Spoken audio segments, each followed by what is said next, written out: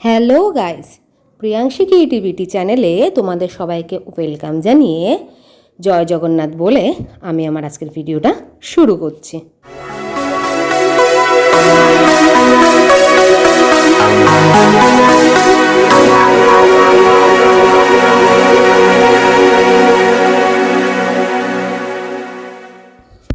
রথযাত্রা উপলক্ষে আমি বাড়িতে ছোট করে একটু পুজো করেছিলাম। তোমরা যারা আমার চ্যানেলটাকে ফলো করো তারা কিন্তু অবশ্যই জানো যে আমি এর আগের বছর জুলাই মাসে পুরীতে গিয়ে একটা জগন্নাথ পেয়েছিলাম। সেই ভিডিওটাও আমি তোমাদের সঙ্গে শেয়ার করে নিয়েছি। যারা দেখোনি তারা কিন্তু অবশ্যই দেখো। সেই জগন্নাথ দেবকেই আমি ঘরে প্রত্যেক দিন পুজো দিই। তাই ভাবলাম এবার রথের দিন জগন্নাথ দেবকে একটু সাজিয়ে গুছিয়ে পুজো দিই। কোনো ব্রাহ্মণ দেখে বা কোনো সেরকম বড়োভাবে কিন্তু আমি কোনো পুজোর আয়োজন করিনি। নিজে যতটুকু পেরেছি আমি কিন্তু সেরকমভাবেই পুজোর আয়োজন করেছিলাম বিভিন্ন রকমের ভোগ। যে ভোগগুলো আমাদের জগন্নাথ দেবের ভীষণই পছন্দের, সেই সব ভোগগুলো কিন্তু আমি রান্না করে জগন্নাথ দেবকে দিয়েছিলাম। নিজের হাতে জামা পরিয়ে ফুলের মালা পরিয়ে সুন্দরভাবে সাজিয়ে কিন্তু আমি আমার জগন্নাথ দেবকে রেখেছিলাম আমার সিংহাসনে। সেই পুরো ভিডিওটাই আমি তোমাদের সঙ্গে আজকে শেয়ার করে নিচ্ছি। আর কি কি রান্না করেছিলাম আর কি কি ভোগ জগন্নাথ দেবকে নিবেদন করেছিলাম সব কিন্তু বিস্তারিতভাবে আমার অন্য ভিডিওগুলোর মধ্যে পেয়ে যাবে। আজকের এই ভিডিওটায় তোমরা শুধু দেখে নেবে যে আমি কিভাবে পুজো করলাম। দেখো, জগন্নাথ দেবের পুজোর কি কি নিয়ম আছে আমার কিন্তু সেটা জানা নেই। আমি শুধু এইটুকুই জানি যে মন থেকে ভক্তি ভরে ডাকলে ভগবান তোমার সব ডাকেই সাড়া দেবে। সেখানে কোনো রকম নিয়ম বা কোনো রকম পদ্ধতির দরকার পড়ে না। আমি শুধু সেইটুকুই ফলো করেছিলাম। সেইভাবেই তিনজনকেই নতুন বস্ত্র পরিয়ে বেল ফুলের মালা পরিয়ে মাথায় তিনজনের টোপর পরিয়ে খুব সুন্দরভাবে সাজিয়েছিলাম আর দিয়েছিলাম তাদের পছন্দের তুলসী কিন্তু জগন্নাথ দেবের সব থেকে বেশি পছন্দের। এইভাবেই আমি আমার ভগবানকে সুন্দরভাবে সাজিয়ে রেখে তারপর তার সামনে ভোগ নিবেদন করলাম। যেটুকু সম্ভব নিজের হাতে একা একা করার আমি কিন্তু সেইটুকখানি ভোগ করেছিলাম। এই ভোগ তৈরিতে আমি কিন্তু কারুর কোনো রকম সাহায্য নিইনি। শুধু একটা নীতি ফলো করেছিলাম, মনে মনে তাকে স্মরণ করছিলাম আর একেবারে মুখ বন্ধ করে বসে আমি কিন্তু প্রত্যেকটা ভোগ তৈরি করেছিলাম। কি কি ভোগ ছিল সব কিছুই কিন্তু তোমরা এখানে দেখে নিতে পারবে। আমি প্রথমেই করে নিয়েছিলাম জগন্নাথ দেবের সব থেকে পছন্দের যে শাক, সেই শাকটা। তারপরে করেছিলাম একটা সবজি। সব কিছুরই কিন্তু আলাদা আলাদা নাম আছে, আর এই সবগুলোরই নাম দিয়ে বিস্তারিত ভিডিও আমি কিন্তু এরপরেই কিন্তু তোমাদেরকে দেব। তোমরা হয়তো অনেকেই ভাবতে পারো যে এরপরে এত দেরি করে কেন ভিডিওটা ছাড়ছি, কারণ আমার একটু কাজের প্রেশারের জন্য আর মেয়ে যেহেতু ক্লাস 1-এ উঠে গেছে সেহেতু ওদের প্রত্যেক মাসেই পরীক্ষা থাকে। সব কিছু সামলিয়ে প্রত্যেক দিন ভিডিও ছাড়া বা ভিডিও করা আমার আর হয়ে উঠছে না। সেই কারণেই আমি কিন্তু তোমাদের সঙ্গে এই ভিডিওগুলো শেয়ার করতে পারিনি। তারপরে জগন্নাথ দেবকে আমি দিয়েছিলাম একটু কণিকা ভোগ আর দিয়েছিলাম পায়েস, লুচি, সুজি আর দিয়েছিলাম 5 রকম ভাজা।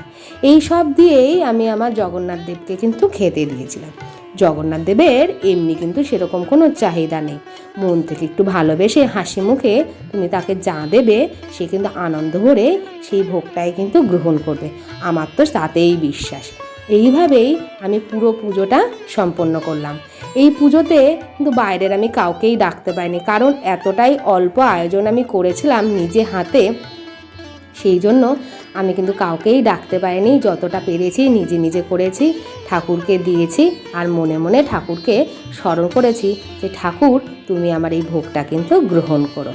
আর তারপরে আমি করে দিয়েছিলাম জগন্নাথ দেবের একদম পছন্দের মিঠা ডালি।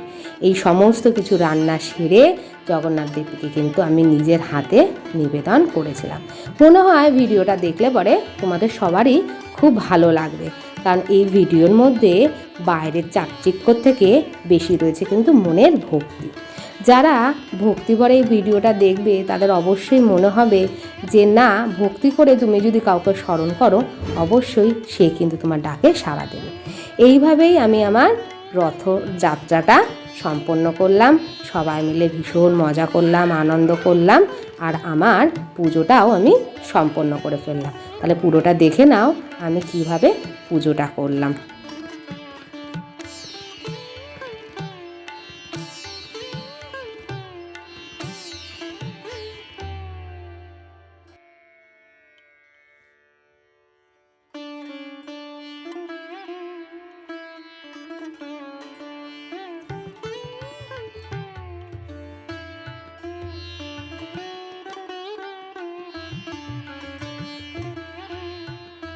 আমার রান্না সম্পন্ন হয়ে যাওয়ার পর একে একে আমি আমার সিংহাসন থেকে নামিয়ে সব ঠাকুরকে সুন্দরভাবে স্নান করিয়ে নিলাম। তারপর সব ঠাকুরকে পরিয়ে দিলাম এক একটা করে সুন্দর সুন্দর ফুলের মালা।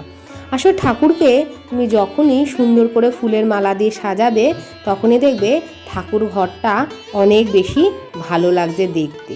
আর ঠাকুর ঘর থেকে এত সুন্দর ফুল, ধূপ, ধুনো, চন্দনের গন্ধ আসে যাতে মনটা একেবারে ভরে ওঠে। কারণ এইগুলো ছাড়া কখনোই তোমার মনে হবে না যে তোমার পুজো সম্পন্ন হয়েছে। এই হচ্ছে আমার ঠাকুরের ফুলের ডালা, আর এই হচ্ছে আমার সমস্ত রকম পুজোর আয়োজন। একদমই সামান্য আয়োজন করেছি, নিজে হাতে যতটুকু পেরেছি ততটুকুই আমি ঠাকুরকে জোগাড় করে দিয়েছি।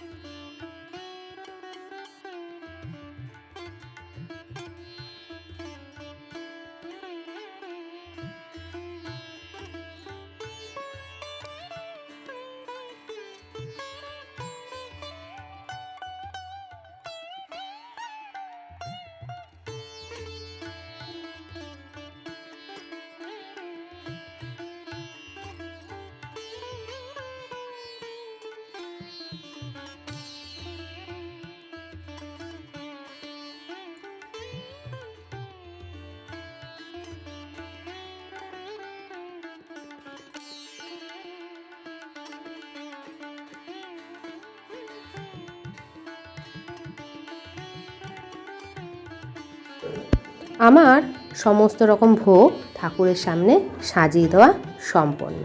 তারপর আমি মনে মনে একটু প্রার্থনা করে নিলাম আর করে নিলাম একটু আরতি।